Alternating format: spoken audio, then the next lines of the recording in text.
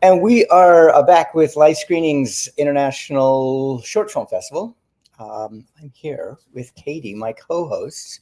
In fact, one of your films is in the, we're going to be showing it, Apex Surf? A pre-surf. A pre-surf. That's a French word for after. Oh, after It must surfing. not be French. I am not French. I am not French.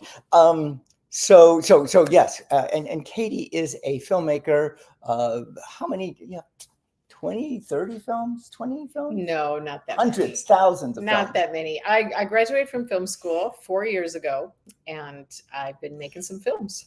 Yep. Since then. And we've shown quite a few here on Live Screenings. We'll be showing yours today. In fact, we have not shown this one. No. Yep. This film is actually, shout out to Dr. George Ellis. He's the producer, and he directed it. I did the cinematography, and I also did all the editing.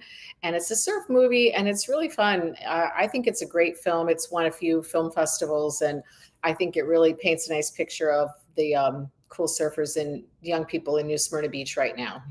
So, and we're going to talk about that in a little bit. So we have 5 films. Let's see, 1, 2, 3, 4, 5 films, ranging from 16 minutes, roughly yours is 16 minutes, to I think 4 or 5 minutes. This is Live Screenings, and the films are up to 10 minutes. That's what I changed it to 10 minutes. However, I keep getting films that are like longer than 10 minutes. But they're up to 10 minutes. They show a world that we want to live in. They're films that are positive, uplifting. Sometimes I'll find a suspenseful film that I really like, and I'll be like, I'm gonna share it. And I invite the filmmakers to come along. The one filmmaker that's here is sitting right next to me. The other filmmakers, one is in England. She won't be able to make it because of I guess time zone. And there was another one, filmmaker from South Korea, and we'll be looking at those films. In fact, our first film is going to be from South Korea. And what do you say we get started? You want to get started? Let's do it. Yeah, let's get started. Let's get started. Here we go.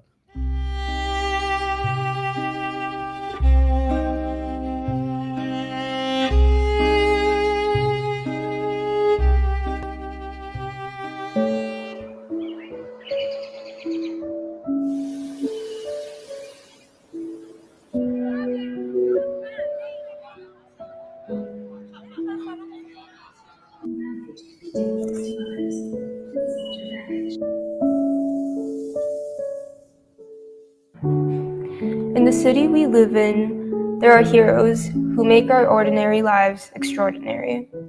Without their hard work, our lives would be non-existent.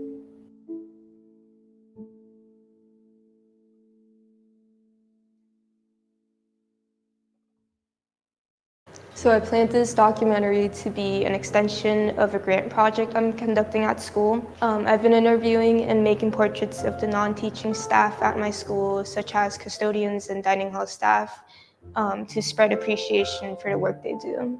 While working as an intern in the art gallery Mayor Rigger, I realized art isn't restricted to one platform, and I wanted to document this process in a different art form as a video. I also encountered various works of art that, again, reminded me of the power of emotions and messages that art can give to people. So through this documentary, I want to tell the stories of the people who sustain our daily lives. They are the people who make our lives comfortable, which we often take for granted. And without people like delivery drivers, sanitation workers, restaurant staff, and farmers, we would not only face significant inconveniences, but also our lifestyle will be completely shattered. In particular, I wanted to showcase their efforts and dedication through portraits. Portraits have always been a way to empower and move people. Through portraits, I wanted to capture their essence, and I aim to help the audience empathize more and take interest in their stories. This project is not merely about documenting their work, but it's about sharing the challenges they experience in their daily lives, what we share living in the same society, and what makes us all human. So through this project, I hope to foster social awareness and respect, and to widely promote their invaluable contributions to our lives. Now, I ask you to look around. Open your eyes, ears, and hearts to recognize, to not merely see, but look at the people who work so hard around you, yet who you don't really appreciate. Not just hear, but really listen to their voices and stories. There are so many lives intertwined in our own lives, and the first step you could take for change is being conscious of that effort.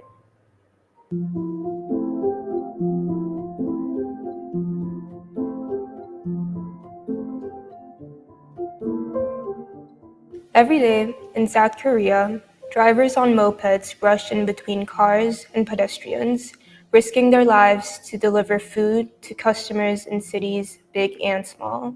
2022, there were 240,000 delivery drivers, which is double the number of drivers pre-COVID in 2019.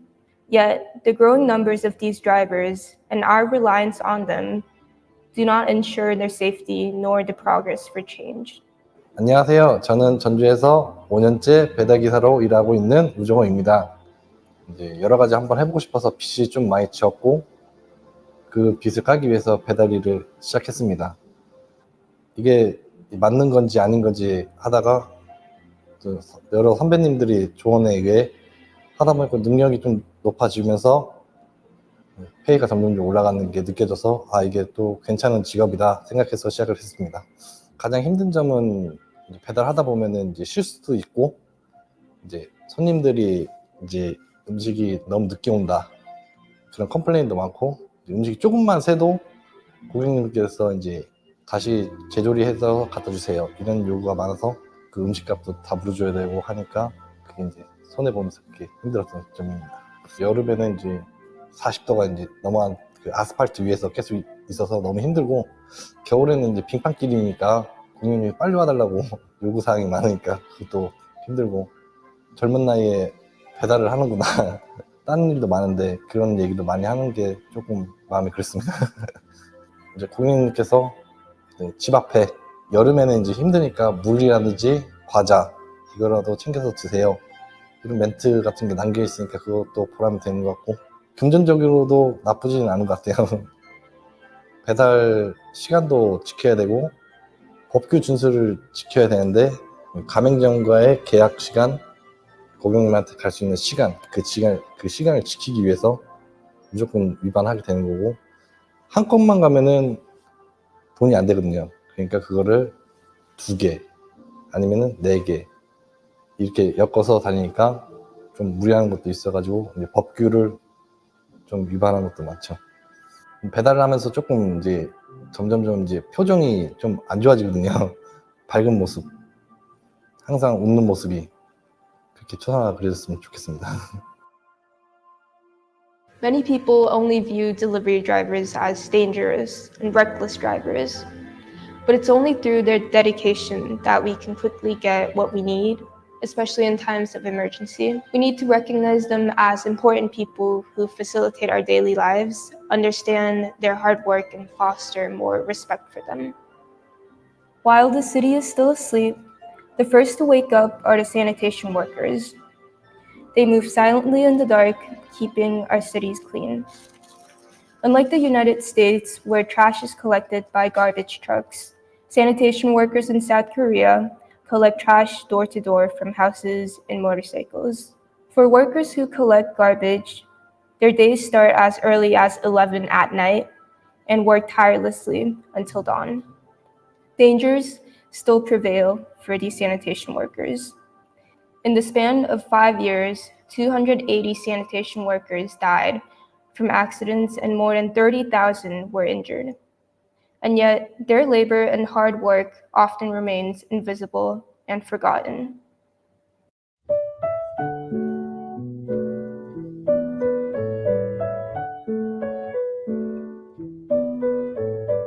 사람들한테 좀 봉사하고 좀 이렇게 도움을 줄 수 있는 일을 찾다가 환경미원이라는 직업이 있는 걸 알고 이쪽으로 지원하게 됐습니다.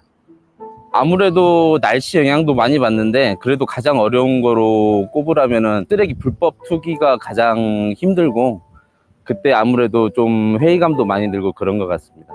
저희가 이제 좀 굳은 일을 하다 보니까 시민분들이 그때 많이 고생한다고 많이 해주시고 가끔씩 이렇게 음료수 같은 것도 주시고 하실 때 그래도 내가 그래도 보람찬 일을 하고 있구나 이렇게 생각을 많이 느낍니다. 아직까지 좀 지저분하고 더러운 일을 한다고 생각하시는 분들이 많은 것 같아요. 근데 일을 하다 보면은 너무 치우기 싫고 만지기 싫은 것도 되게 많은데 그래도 시민분들이 요즘에는 고생한다고 많이 해주시고 그렇게 격려 많이 해주셔가지고 조금씩 인식이 좋아지는 것 같아서 저도 좋습니다. 저도 이제 두 아이의 아빠인데 아이들한테 부끄럽지 않은 아빠로 남고 싶고 그리고 일을 하면서 시민분들한테도 참 책임감 있고 열심히 한다는 그런 모습으로 전달됐으면 좋겠습니다. Thanks to the dedication of the sanitation workers, our city welcomes a clean and pleasant environment every morning. Now, let's hear the story of another hidden hero, the kitchen staff at restaurants. They provide us with delightful meals and a touch of joy to our everyday lives.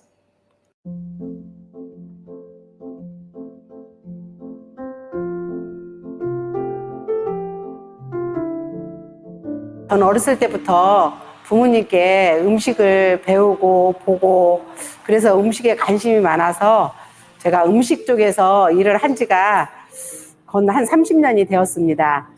주방에서 열심히 일을 하다가 나왔을 때 손님들께서 너무 맛있게 잘 먹었다고 고맙다고 하고 가실 때 너무 기쁘고 정말 더 앞으로는 열심히 해야겠다는 생각이 들고 또 열심히 하고 있습니다. 손님들이 생각하시고 또 하시기를 음식점에서 일을 하다 보면은 좀 무시하는 경향도 있고 또 그 음식점 그냥 종업원이라 해서 말 함부로 할 때도 많이 있습니다. 그럴 때 마음도 많이 상하고 가족들에게 음식을 만들어 준다는 마음으로 요리를 하고 있습니다. 근데 이 초상화를 보고 음식을 만드는 사람의 헌신과 노력을 다시 한번 떠올릴 수 있는 그런 계기가 되었으면 좋겠습니다. Kitchen staff strive tirelessly to serve countless customers each day. The dishes they prepare bring joy and satisfaction to many. However, working in the kitchen is far from easy. It requires long hours in front of intense heat, along with precision and speed. In the rush of lunchtime, in the heat of a hot kitchen, or while carrying heavy items and serving difficult customers, their dedication never stops. Thanks to their efforts, we can enjoy a comfortable meal. Even in the busy life of the city, many of us go about our days without worrying about what to eat every day. What we don't see are the farming and livestock workers who work strenuously behind the scenes. Their efforts provide us with fresh ingredients for meals that enrich our tables and lives. However, farming is a challenging endeavor. It is sensitive to weather changes and requires great physical effort.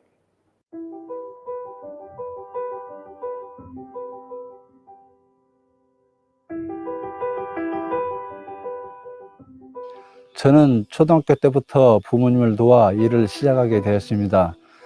농사는 성실한 자에게 거짓말을 하지 않는다는 것을 깨닫고 일찌감치 모든 것을 포기하고 농사에 전념하기로 했습니다. 그 결과 현재까지 잘 살지는 못하지만 어느 정도 먹고 살 수 있다는 것을 느꼈습니다. 우리 땅은 우리가 소중히 지키는 것이 최고인 것 같습니다. 비가 오면 비가 오는 대로 걱정이고 바람이 불면 바람이 걱정이고 또한 태풍이 몰아칠 때는 병충해가 발생돼서 정말 힘듭니다. 저는 고추 씨를 하우스에 묘판에 심어서 파란 새싹들이 초록초록 날 때가 정말 어린아이처럼 기쁘고요. 그 수확을 하나하나 따서 말려서 씻어서 장터에 내다 팔 때는 손님들이 그것을 보고 너무 농사를 잘 졌다고 칭찬해주는 한마디가 정말 기분을 좋게 합니다. 그게 정말 좋습니다.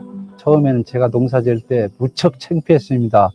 다른 친구들은 대학교도 가고 어디 인류 회사에도 취직을 하지만 저는 부모님을 모시고 꿋꿋하게 농사를 짓고 왔는데 지금에 와서 돌이켜보면 정말 잘했다는 것을 느끼고요. 이 초성화가 내 모습을 닮은 것을 생각하지 말고 한평생 살아가면서 농부의 마음으로 생각해 주시면 감사하겠습니다.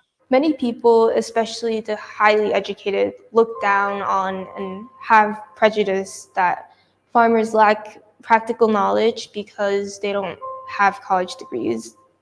But these farmers are not just laborers. They are experts who understand the laws of nature, and they care for land and animals and provide us with sustenance.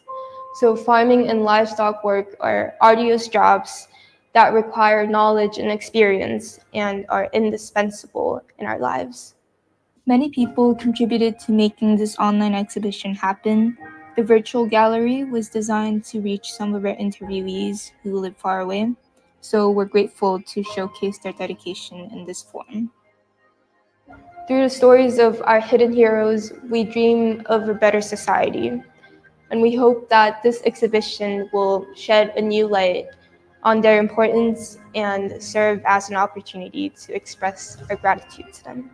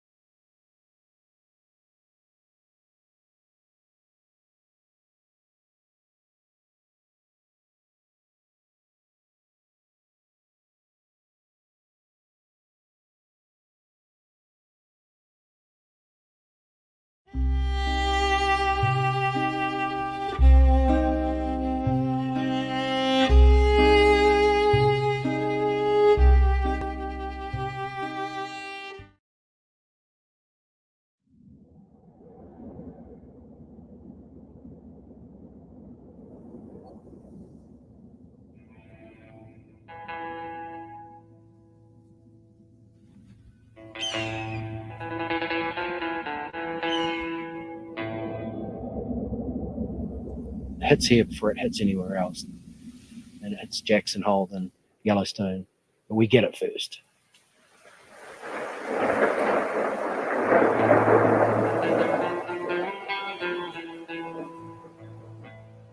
That's why it's called the Star Valley. Those early pioneers, this was the best valley of all the mountain valleys because of the grass.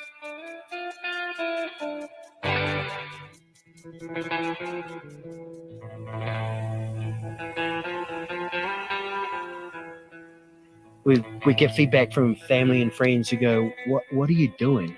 What were you thinking? You know, it's like there's cattle dogs. It's in their DNA.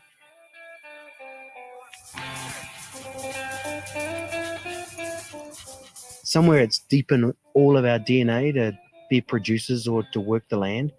It just happened to erupt and come up at the same time for both of us.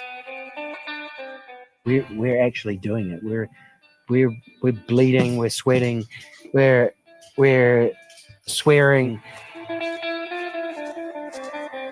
It's like any startup. You put an idea and a vision out there, and you make mistakes, and then you learn from that, and then you just have to have the drive and the passion to keep delivering to get to your vision.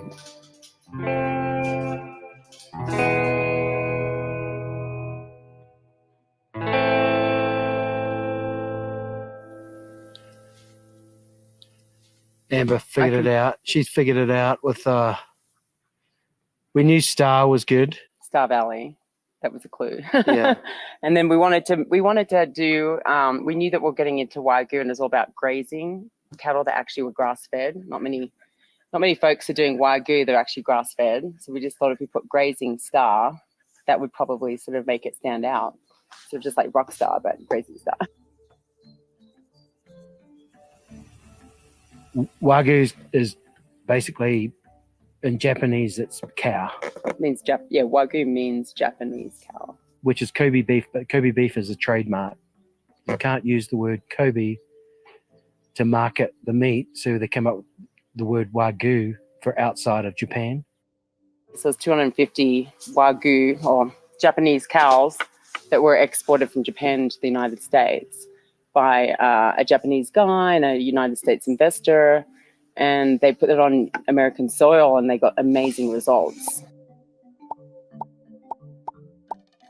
And so they actually, the country of Japan decided to ban exporting those cows. So there was only ever 250 that ever came to this country, and they were registered. They're sort of like horses. They all have the lineage, what regions they came from. The Japanese refined the type of animal for eating over the last 200 years. They took those working animals and converted them into animals for consumption.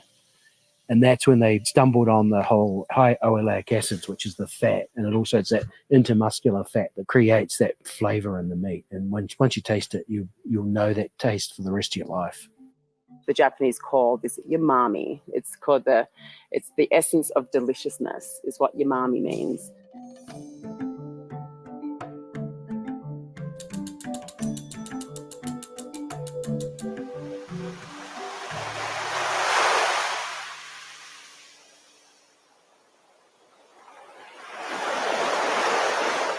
Well, Amber and I were traveling in the Cook Islands, one of the most isolated spots on the planet. We were sitting having an evening drink, and she said, "What are you going to do with the ranch property?" I had a vision.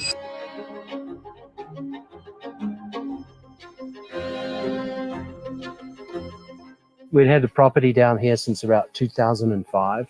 And I said, "Oh, I'm just going to sell it." And she said, "Well, why don't you add to it?"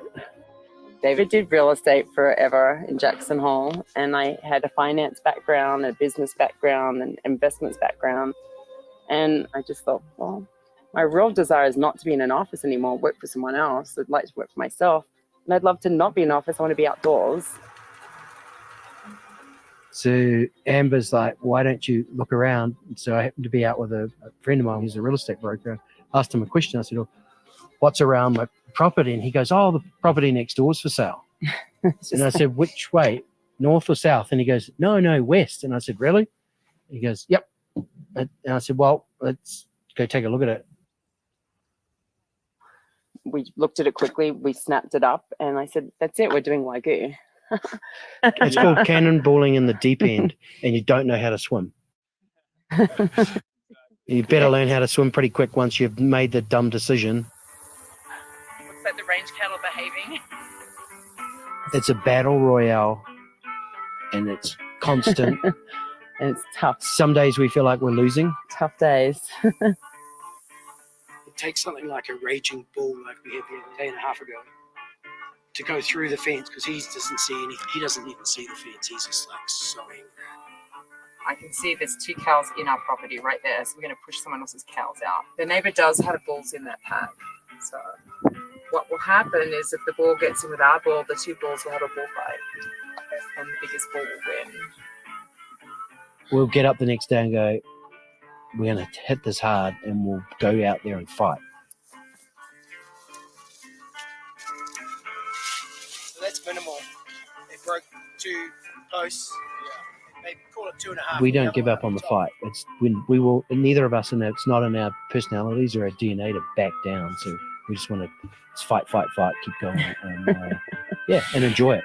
So we try to enjoy it as best we can. Smell the roses as you go.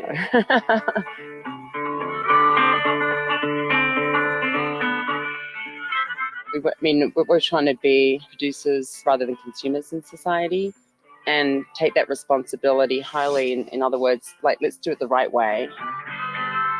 It's our personal journey that we're doing together, and we know that it's just our turn.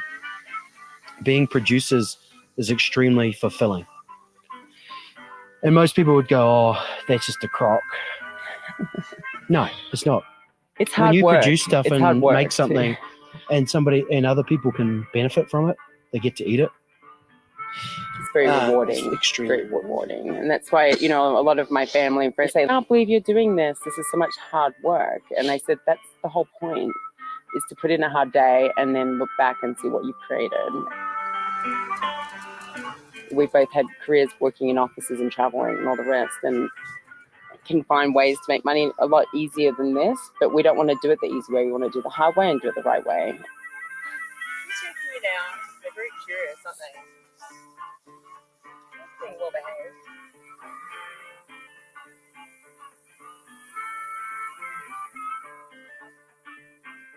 behaved. The herd that we actually have at our ranch can be traced 100% to the first 250 that came to the United States.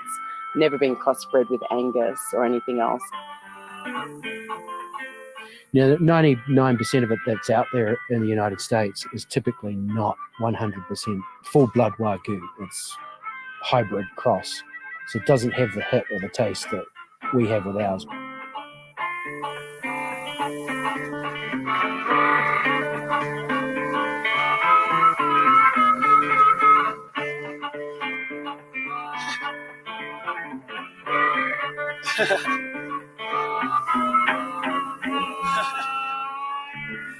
I always repeat this over and over, and we repeat it to ourselves too.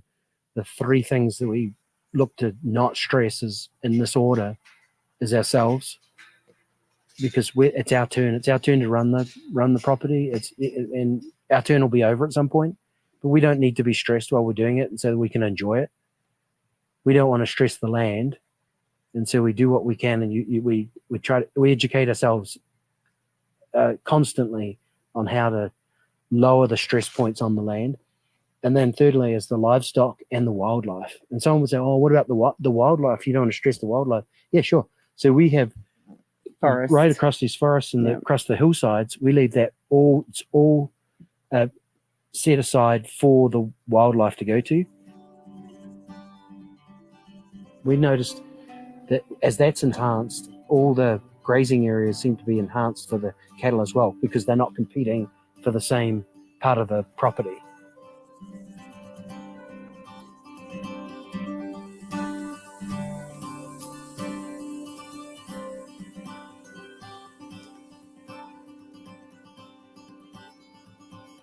It can be an ecosystem, and so I guess the new way of thinking is, you want to protect what's underneath the grass, I mean, that, that's number one, right? We're using electric fence, which we manually, when we say electric fence, we do hand posts, we pop them out, we set it up, and then we move the cattle into new pastures every couple of days. So they're not cutting down the grass too low, because beneath the soil is what you need to do that carbon capture. Yeah, she's good. You can touch the wire if you want. I'm not going to. Right now, it's just working fantastic. I mean, we see, Amber just said the other day, she came across a flock of birds that was like hundreds of them, right? Yeah. Just like hanging out, which she'd never seen before on the ranch. There's lots of ducks and sandhill cranes and wildlife everywhere. We've got more than enough land for the cattle. We had a mountain lion attack right in front of this greenhouse on the road. Mountain lion that's not killing your livestock. I used to just leave them alone. There's enough biomass out there, deer and elk and moose and other animals for the apex predators to feed on. They're not coming after our cattle. They're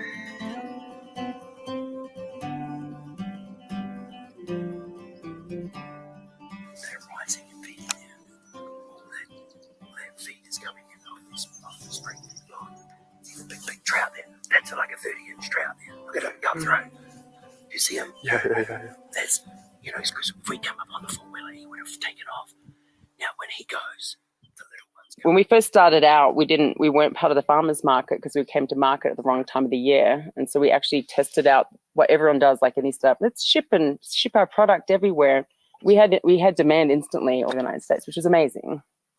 But, I was like, really, we shouldn't be shipping. We have a community here and let's focus on that. So we leaned on our community, our friends, to make an introduction to the top chef there, gave them samples, and we got into the Snake River Grill.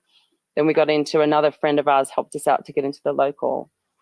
But really at the end of the day, we want to be in, something direct to the locals in the local community. So the farmers market has been the avenue for us for that. We don't have a storefront.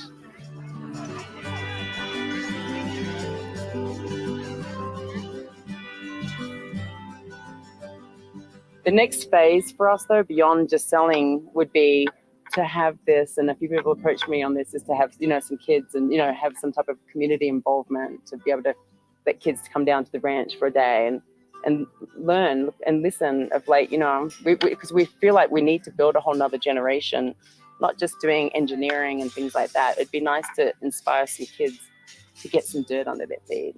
So it's not just Wagyu cattle ranching, it's around building a sustainable, regenerative piece of property that we can then hopefully showcase to other folks.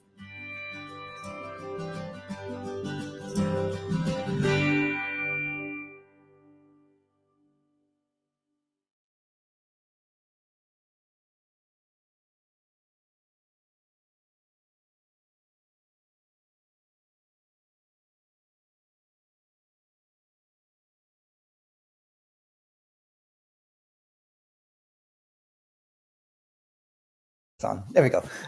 Drinking my Wawa's coffee. So Katie, I know you're vegetarian. You don't eat meat. No, I haven't eaten a burger in 37 years. Didn't that make you want to eat a burger? No, it did not. I'll say the scenery was nice, though. Jackson Hole, apparently it's really become a hub for the elite. And, people aren't going to, I'm in the minority here. I'm very judgmental about animal rights and things. I'm probably not a good person to ask about this film. It was done well, although I will say from a farming point of view, they're given a better life than a factory farm if they're going to be there. But that particular Wagyu beef, this is something that really, really rich people eat, Right. From what I hear. What I really liked about this was that, and I. You don't eat meat either. I don't. It Okay. did look really good, though. I mean, the my ancestral DNA in me was caveman in you. the canines were coming out, ready to bite it. The thing I liked is they talk about being producers rather than consumers. Yes. All right, and you and I, as farmers, we are producers. Mm-hmm. We grow our own foods. They grow their own foods too. So producers is one, consumers is another. Okay, of course we consume our products, and of course they do too. And then the third one, and they alluded to this a little bit, creators. So in the world that we live in, just broadly, there are those that produce the food, there are those that consume the food, and then those that create the opportunity for this to happen. Which I really I did not catch the first time I saw this. Oh, okay. But yeah.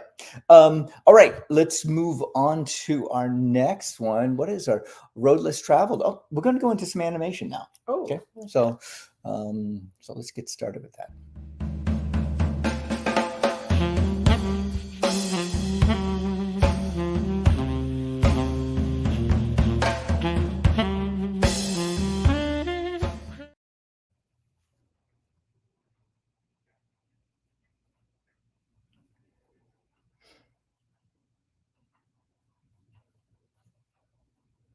Find your road. Follow your star. Two roads diverged in a yellow wood. I'm sorry I could not travel both and be one traveler. Long I stood and looked down one as far as I could to where it bent in the undergrowth.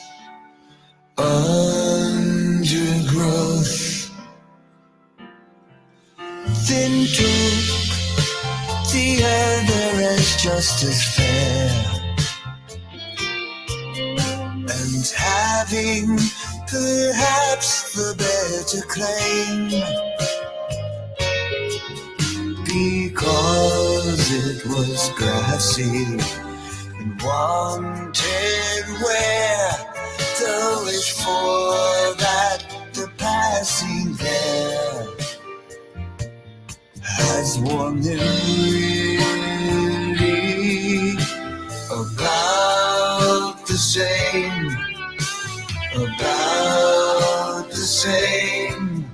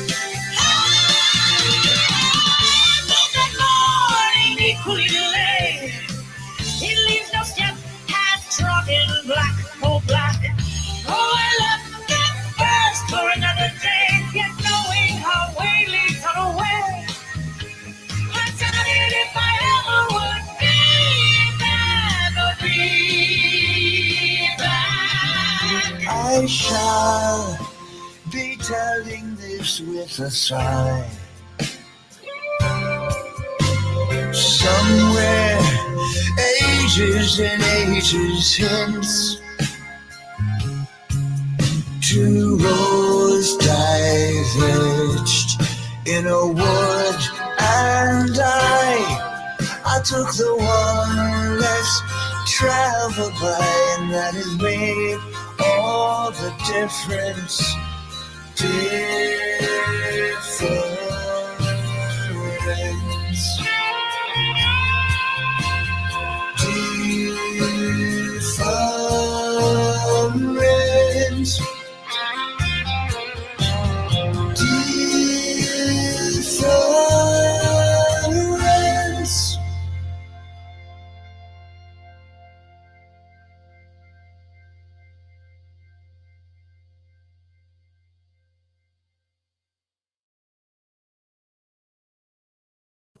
Follow Your Road, Find Your Star. That was cool.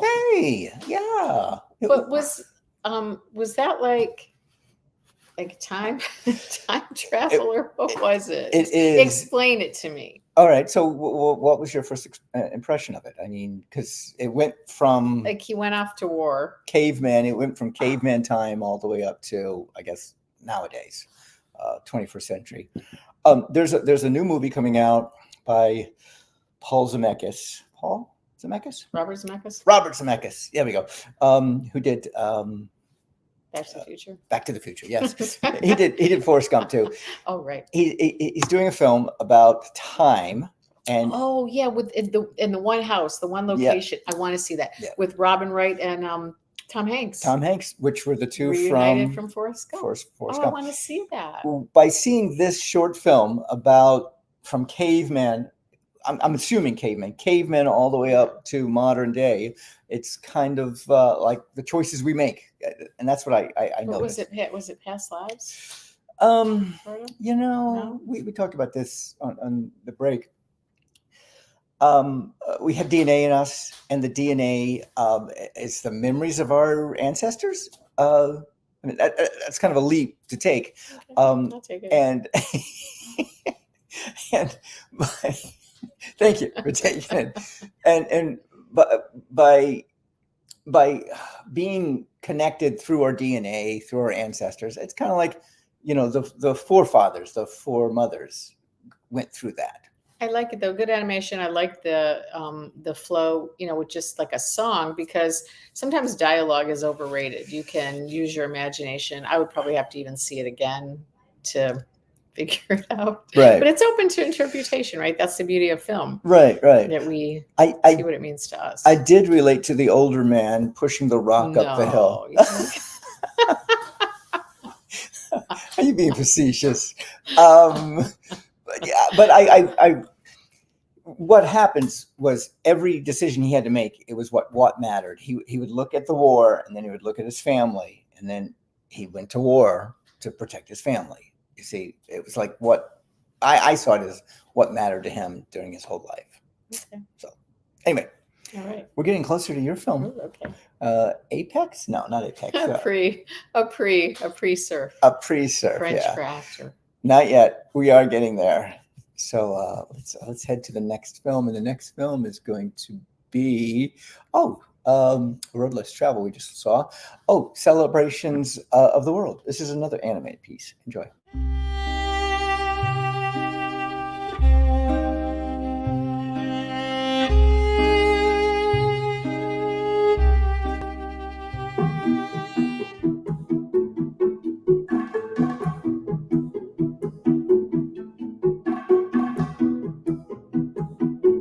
So, you need assistance in finding a travel destination?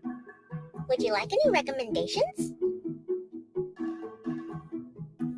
Well, look no further. I will help you find the perfect place. There are so many amazing celebrations around the world to explore. I'll show you some. Hand me the suitcase, little sis. Okay, let's go. This is the Mardi Gras parade in New Orleans. Mardi Gras means Fat Tuesday in French. It's a celebration that takes place on the Tuesday before the start of Lent. Lent is a time of spiritual discipline and moderation practiced by some Christian denominations to prepare for Easter. Mardi Gras is celebrated with huge parades that include colorfully decorated floats and music. During the parade, people wear costumes and masks and throw beads from floats. There are merchants selling goods and delicious food like crawfish and barbecue. It's also customary to eat a special cake called king cake. We have come to Mexico. This is Dia de los Muertos, or Day of the Dead. Day of the Dead is a celebration in which people honor and remember departed family and friends. During this time, it is believed that the spirits of loved ones come back to visit the living. To celebrate, some families make altars for the dead called ofrendas. Ofrendas are adorned with items such as the loved one's picture, favorite food and drink, candles, and sugar skulls. Some families also clean graves and decorate them with items such as flowers and candles. Marigolds are often placed on ofrendas and graves. They are thought to guide souls with their fragrant petals and bright colors. Day of the Dead is a happy occasion which can include music, dancing, and parades. Many people dress up and paint their faces like a skull. This is not meant to be scary. It is a way to celebrate and remember loved ones. We've entered the Tomb Sweeping Festival. Qingming Festival, also known as Tomb Sweeping Festival, is an important Chinese holiday. During the festival, people honor and remember their ancestors. It is celebrated in China and in Chinese communities worldwide. During the festival, many people clean and tidy tombs. They leave offerings of food and burn incense and paper money called joss. Tomb Sweeping Day can also be a time to spend with family. Some families go on outings to enjoy nature and fly kites. Eid al-Fitr, or Festival of the Breaking of the Fast, is a joyous Islamic festival that celebrates the end of Ramadan. Ramadan is a holy month in which Muslims fast from sunrise to sunset. Ramadan is a time for spiritual growth through self-discipline. Eid is a celebration of the faithfulness and devotion of Muslims during the holy month. It is celebrated by people in many places around the world, and practices vary from country to country. It is a time to spend time with family and friends. Before the celebration, people buy new clothes to wear. In the morning of Eid, they gather to pray. Later, family and friends share a delicious meal with lots of sweet foods. People delight in spending the day with relatives whom they don't see often. As friends and family stop by to visit during the day, they are given sweet treats to enjoy. It is common for money to be given to children, as well as candies and toys. This is also a time when many people give to charity. In Japan, there is the Obon Festival. During Obon, it is believed that spirits of ancestors return to our world to spend time with their families. Traditions for Obon vary by location. At the start of the 3-day celebration, lanterns are hung and fires are lit to welcome and guide the spirits. During the festival, many people visit their family homes and clean the graves of their ancestors. Preparations are made by some for home altars, including offerings of food. Obon is celebrated with a special dance called Bon Odori. Each region has a different variation of Bon Odori. At the end of Obon, lanterns and fires are used to send spirits back to their world. Many people say goodbye to spirits of their ancestors by floating lanterns on water.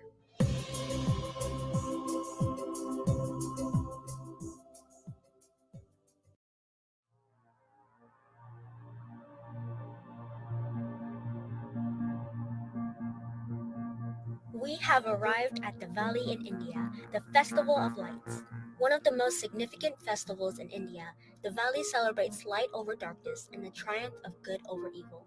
It is celebrated by many religious groups, and traditions for the celebration differ from place to place around the world. During the festival in much of India, homes are cleaned and decorated with flowers and lights, lots of lights. People shop for gifts and for new clothes to wear during Diwali. Floors inside and outside of homes are decorated with rangoli, vibrant designs made of materials such as colored sand, rice, and flowers. Oil lamps made of clay, called diyas, are placed inside and outside homes, places of worship, and in the streets. During Diwali, people visit family and friends. Families gather to share a feast of delicious dishes and sweets. Gifts are exchanged and fireworks are lit outside. Hanukkah is also known as the Festival of Lights. It is an 8-day Jewish celebration commemorating the Hanukkah miracle when one night of oil for light lasted 8 nights. Each night during Hanukkah, a new candle is added onto the menorah and is lit. Special prayers are recited and traditional songs are sung. The menorah is often placed in the windows of homes. It can also be seen in many public places and synagogues during the festival. Foods fried in oil, such as potato pancakes called latkes and jelly-filled donuts called sufganiyas, are eaten during this time. Children play with a dreidel, a 4-sided top. Each side of the dreidel is marked with a Hebrew letter. The letters create an acronym meaning a great miracle happened here. Children traditionally receive Hanukkah geld or money. They often share this money with charities. Nowadays, it is common for children to be given chocolate coins wrapped in gold foil, which they often use in playing dreidel. Many children receive gifts each night of Hanukkah. Wow, seeing all of this delicious food is making me hungry. I think Gwen has prepared a picnic. Let's go meet up with her. I love fireworks. These are for New Year's. Yes, it's celebrated all over the world, in places like England, Australia, and France. I love celebrations. Me too. There are so many beautiful celebrations around the world. What we've seen is just the tip of the iceberg.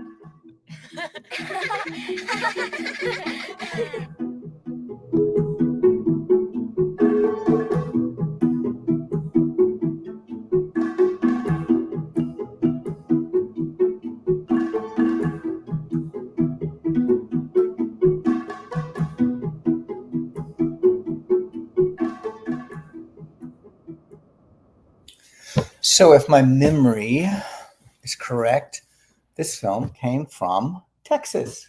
Really? Yeah, yeah. Ah. An animator in Texas, Melissa is her name, the director. So what do you think of that? It was really well done. I felt like animation was the way to tell that story, and I wish all kids could watch that and learn about the celebration. And what made me think of is how beautiful diversity is, and how each culture has something so special, and how wonderful that we're all so different, that we have these cultures. And I was thinking, I hope we don't end up with one world government that tries to homogenize everything together, because each culture has so much beauty to share, so much to impart to other people, and keeping these traditions alive. And I really enjoyed it. Yeah, yeah. At the beginning, there was kind of morbid. There was a lot of celebrations about death. Yeah, but that's no. I think of it as celebrating your ancestors. We're all going to die unless you're, cryogenically sealed like Walt Disney. All right, yeah. He thinks he's coming back to life, and so do all these other people that are going to go into transhumanism, but most likely most of us are going to go. And the fact that someone could celebrate you and celebrate the ancestors, really America's kind of the only culture that doesn't celebrate their ancestors. Celebrate, yeah. In that way. I think what I want to do is I want to just fertilize a tree. I said I want to be compost for my garden. No one's going to care after I'm gone. Two farmers. My trees will care. You know what? We I had a dog, Dexter, and he died about, 6 months ago. And the place we put him, right down by the lake, is the grass is wider than all the other grass around. So every time I go down there, I'm like, hey, buddy. So where the white grass grows, it's like, yeah, it's not, everything around it is green, and it's like lighter, like yellow or white. Maybe it's like a glow. But yes. Hey, guess what we're up to? What? We're up to your film. Ooh, okay. Before we do that, I just want to say a couple things. Thank you to the South Lake Art League, which is where we are. Thank you, Lisa, and the Art League. They let us come in here. That's where we are physically. Virtually, we're out there on YouTube platform. We're on also Facebook platform. So we're up to our last film. You want to introduce the film? Oh, sure. Yeah. So George, who is the producer of it, he lives in New Smyrna Beach, and he's had a fascination with surfing, watching the surfers, living vicariously. He was a surgeon, so he wasn't surfing, but he wanted to make a film. And he said, I want to make it about what they do when they're done surfing. And I said, well, that doesn't sound very exciting. Everyone wants to see the surfers. So he had a different idea, and I think we got it across really well. And it's all about the stoke, and it's the stoke is what they talk about, which is, the juice, the reason why they, risk themselves to get eaten by a shark and all these things. And I think it's a really cute film, and it's fun. It's a fun film. And George has the he's got the juice, of course. He's a surfer, but he has the film bug, doesn't he? He has the George is really into films, and he's actually making short films in Hollywood right now. So I'm quite proud of him that we got started on some small films, and he has a book out now, and he's doing some exciting things. Hollywood, Florida? No, Hollywood. Wow. Hollywood, all right. California. So George may bump into George Clooney. We'll have some more films from him. Yeah. So that's what we're going to see now. And the title of the film, because I've killed it. A pre-surf. A pre-surf. And a pre stands for? After. After. All right. So we're going to try this. The film is very, it's like 4 gigs, and I have it in a movie file. Oh, So no, it's gonna we're gonna show it. You think that I'm setting up for disaster, To right? ruin my cinematography. No, I didn't. So we're gonna put it on right now. So enjoy A pre-surf. a pre-surf.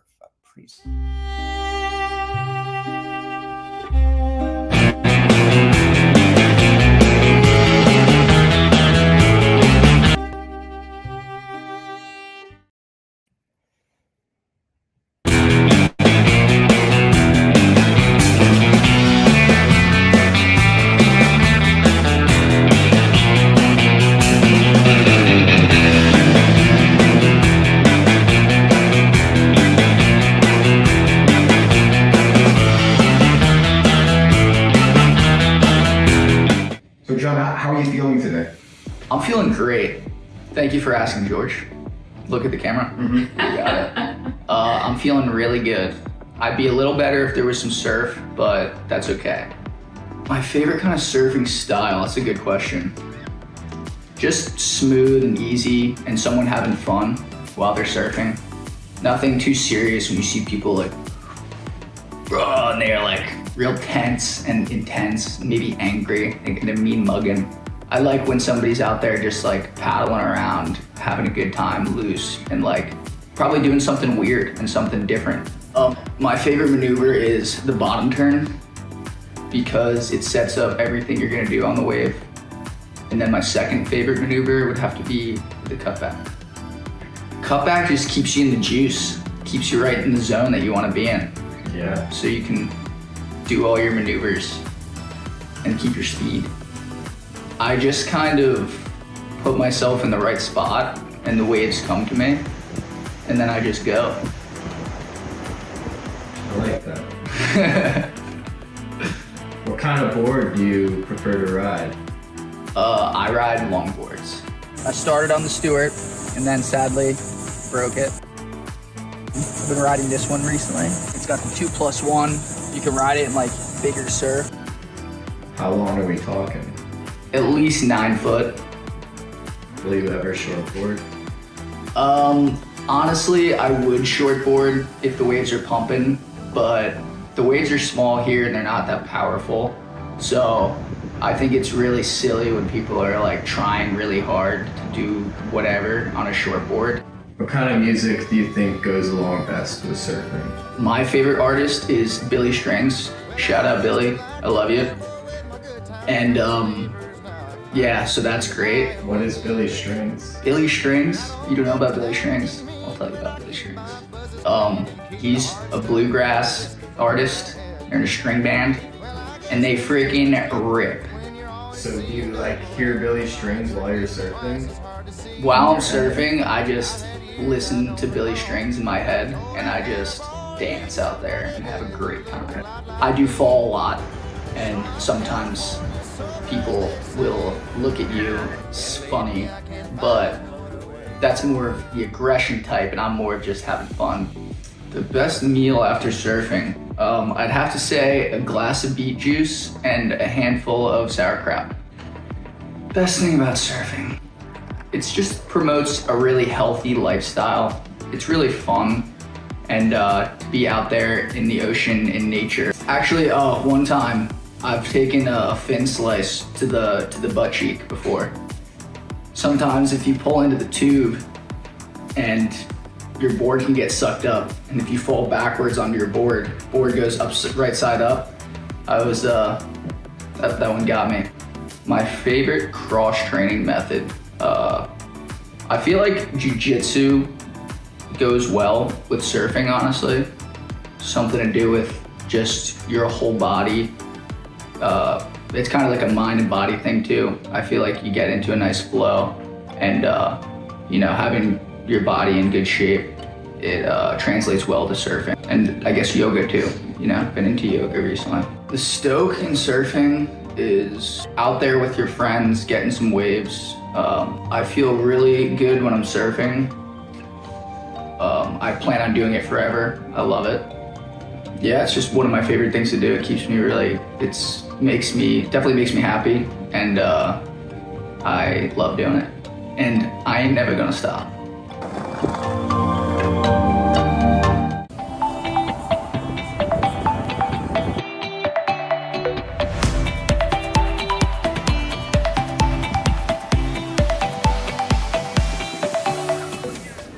Just being in the water with my friends and smiling, it's the most enjoyable thing I can do. I like it a lot here because it's very consistent, and I longboard a lot, so the waves are perfect for longboarding usually, and I can surf almost every day. The stoke is just catching a great wave, especially if your buddies are there to see it, and doing something really cool. Every time you catch a wave, at least for me, all I can think about is I just want to catch another one. Usually I feel very strong and happy, and I kind of feel like my day, whatever happens for the rest of the day, doesn't really matter because I just had a great time. I got this van early winter 2022. And then I drove down to Florida on Christmas Day because I was tired of the cold in New Jersey. I also have a job in Florida in Cape Canaveral, so I was tired of flying down here. So I figured if I just drive down, I'll figure it out, I'll be closer. And then after I spent a few weeks in New Smyrna, I decided that I just wanted to stay here.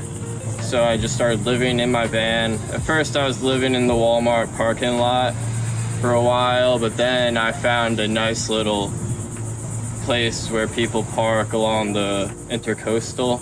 It was like I was living oceanfront. It was very nice. Yeah, it was good.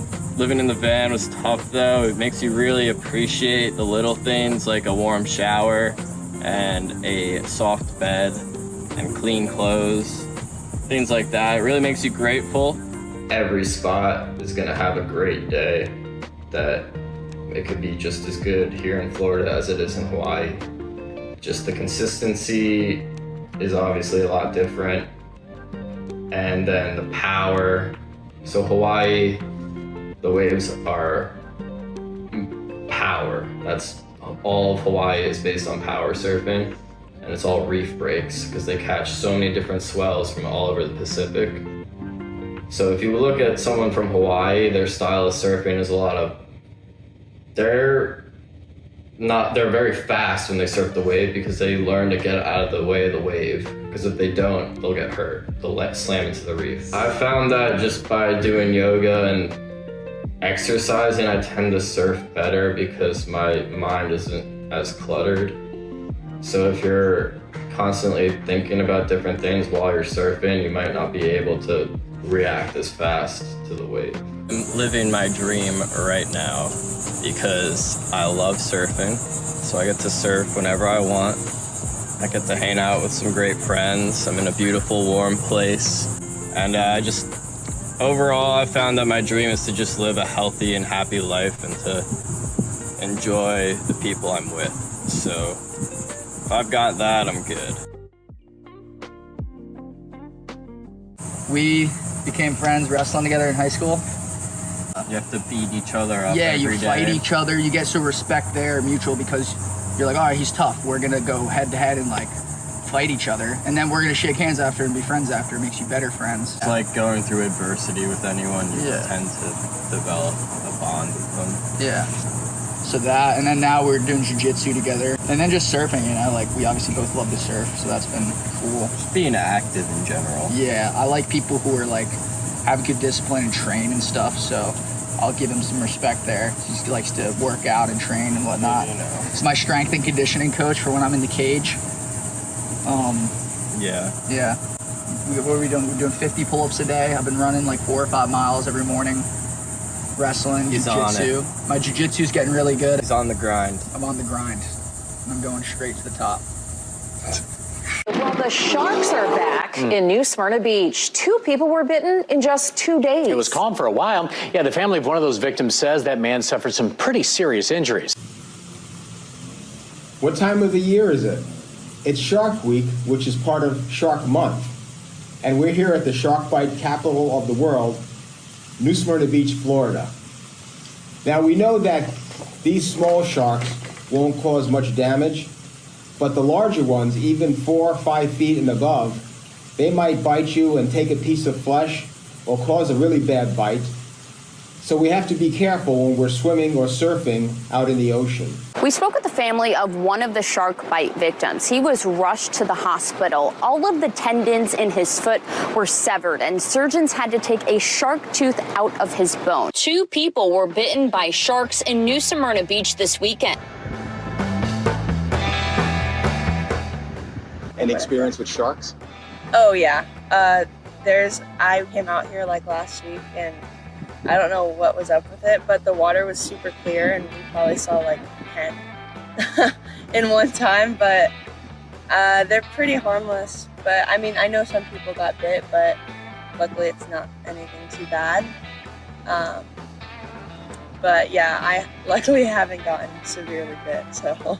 Best way to put it. What about the sharks? They're just some neighbors. They're here. Yeah. Collecting rent. You're not afraid of them? Nah. You didn't see me scream. The sharks, definitely. The sharks, they're always out there. You see them more when the water's like pool water, nice and clear. You see them all the time. When it's nice and murky, when the river water comes out of the inlet and it gets all murky, you know they're still out there. Me and my buddies, as soon as we were starting to walk out, we had a nice little black tip swim on by us. We know they're there. They're the landlords. But further north on the beach, closer to the jetty, the surfers who are enjoying their activity there are enjoying a very zen-like environment. People are very happy. People are enjoying the sun and surf there as well. But the physical activity that's involved with surfing is very intense. The neurochemicals that are generated from this activity, like dopamine and serotonin, are well known to the surfers who can see the happiness amongst themselves and being out in the water and feeling that feeling of what's known as the stoke. The stoke? Yeah. Honestly, it's just getting out into that water and either just paddling around, letting that water just hit you in the face, swimming around, catching that good wave, having your buddies out there, just, pumping each other up and, getting everybody psyched. It's a good time, man. So like I go out here with about 5 or 6 people every morning. We dawn patrol it, and it's just fun. Yeah, I can't really explain it. Yeah. Like the happiness, man. Yeah, that's it. No words. Like when you're on the water? Yeah, you leave, you're smiling, and then that's what the stoke is. But yeah, it's definitely worth losing an hour of sleep to come out here early. Right now? Oh yeah, as soon as you touch that water, man, you just get on that board and you let that first wave hit you in the face, or you just go under it, duck dive, and yeah. Well, I play beach volleyball, so I just do that in college, and I weightlift, and then I'll come out here and surf. Feeling that you get that auxiliary, that happiness. Yeah, it's definitely there. Yeah, and I try and get it every morning. And I definitely have a lot better day when I come surfing. I feel like super happy, and it's just nice and refreshing to be in the waters. Oh, man, it's a lot of fun out there. Like today, for instance, like it's 1 to 2 foot. There's nothing going on. I didn't have any business being out there today, but just to get myself out into that water for a couple of minutes and just catch a couple of waves, it's definitely therapeutic. It really is. Just being around like-minded people, surfing with them, or even just being out there by yourself. It's you and Mother Nature, one-on-one. There's no team effort involved. It's just you and the waves. It's really, it can be liberating. Yeah, but I go to school in UCLA, and COVID just was super bad there like 2 years ago, and I remember I was just super sad all the time, and I just didn't really know what I wanted to do with my life or anything. And I was like, I need to like pick up some more hobbies other than playing volleyball and stuff. So I ended up just going surfing all the time, and my mental health just got so much better, and I'm definitely a lot happier now. I try to come out to water at least a few times a week. So yeah, it's been great.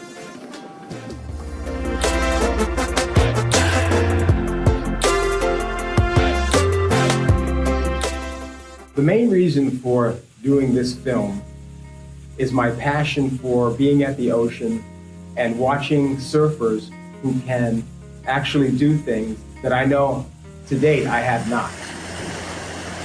Surfers are very well trained and very passionate themselves about what they do. Over the years, I've been able to look at surfers and observe what they do and how they do it, but have not been able to mimic their activity. And so clearly I'm in awe of the things that they do. And clearly I would like to maybe sometime try it. I've been recommended many times by surfers that I've interviewed that it's something that I should entertain.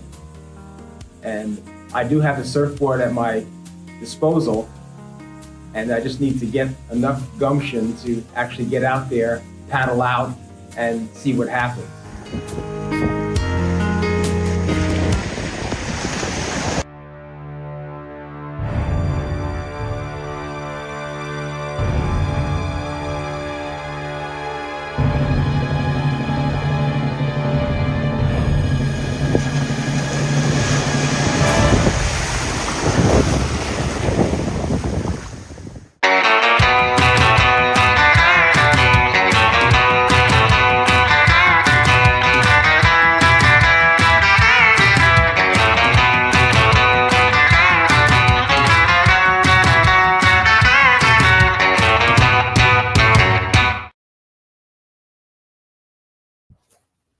Katie, nice piece. Thank you. I had a lot of fun making that. It was really on the fly, and of course, as a filmmaker, I see all my little mistakes or I hear them, but you know, you learn everything that you do. You learn.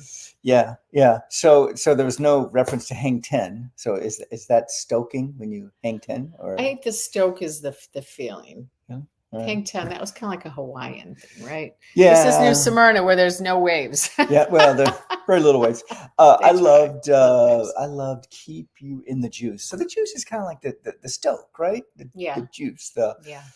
And speaking of juice, beet juice is one of his things that he had. They were cool. They were really into health. That's what I thought was cool too, because people I think see surfers like back at remember Fast Times at Ridgemont High. They're smoking and drinking and all kinds of stuff, but they were really wholesome. These were like some truly wholesome young people, a lot more than I was when I was young, but I lived in Michigan. There was no surfing there.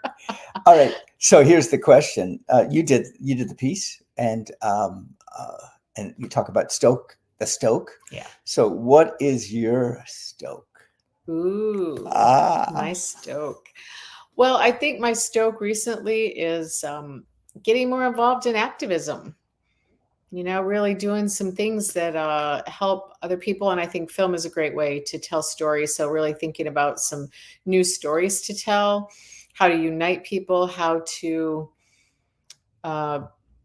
make the world better right now because it needs it. And that's through uniting people and finding this common good, which to me is our planet right now. So being an activist to help the planet, help other people that need it. You brought that up. Your stoke is also the Pineapple Peace Garden, right? Yes, my garden. You're a farmer. You're backyard farmer. An urban backyard farmer. All right, yeah, but however, no buts about it.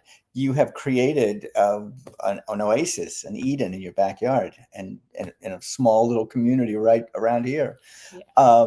So I mean, that is. Tell us more about the Pineapple Peace Garden. Yeah, that's a passion. So my my phrase or my tagline for the or mission for the garden is make the world a better place starting in your own backyard, because that's all we have. We can only do what we can do, and then we can share that information with other people and come together with what we can do, because a lot of people think that they need a lot of land, and it's not true. So I'm showing people, whereas Banks here has a beautiful 7-acre farm, but a lot of people just have their backyard, and that's fine. So I'm going to start I don't know if I'm not starting the revolution, it's already begun, but I'm going to join the revolution of becoming more sustainable in your own backyard. And you started very small. I mean, you had a backyard, you and your dad. My dad. Just regular backyard. And full of grass. it is now a jungle / food forest / you can go out there and eat breakfast. I mean, I eat breakfast, not at your place, but I guess I could come to your place and have breakfast, right? You could. Yeah. But however, you start small and then you build upon that. And then you build upon that. Yeah. Okay. And we have a real vibrant community here. So I really want to have people get more into their community. You know, we have our online communities, which is great, but to have a real life community, to know your neighbors, to know the people, you know, support your farmers markets and come out. Don't just, you know, live in your air conditioned house all the time. Come out. So how about we have like a farmer's market progressive dinner kind of thing? I would love that. So you come to my farm when we harvest sweet potatoes, which we'll be doing later next month. And then we'll harvest sweet potatoes and then we'll take them, we'll go over to your farm and whatever's in season. Make the dessert. Yes. Blueberry season. I got a lot of blueberries this year. I could do some sort of blueberry cobbler. Does that sound good? Oh my God, I'm getting hungry right now. Yeah. Hopefully I'm not drooling. So, yes. I mean, ways to find, to bring community together. And you talk about sustainability. That's what I work with on my farm. Sustainability from air to water to food to shelter to community to government to bringing us all together. Yeah, so, exactly. Thanks you. Thanks for inviting me. Thanks to everybody watching. I'm not going to let you go. We had like a lot of people, like 80, 90 views. I'm not letting you go until you tell me that you will promise to come back and do this again. And we'll do it with 1 minute films. Awesome. Maybe we'll do it with 1 minute films. I need to make a new one. You do? I do. I'm gonna push you to make one. Sounds good. And also the Eco Expo, which is coming up in February, they are looking for short films about ecological issues. So that might be another push. This is actually, believe it or not, our last long full length or up to 10-minute film festival. From now on, I'll be doing 1 minute probably. And then if you're really good, I'll get it down to 30 seconds. And then if you're really good, 7-second film festival. I'm kidding. I'm sure AI can pull that off. yeah. I don't know if I can. Yeah. So thank you all so much for being here. Everybody. Thank you. Cheers. Here in my Walbus coffee. Thank you. Thank the art gallery, the South Lake Art League. I had the roughest time Which is a nonprofit here. Right here. They do a lot to promote art and events. Thank you to all the filmmakers out there and those of you that watched and shared along with us. Thank you, everybody. With that, we are going to move on. See you next time.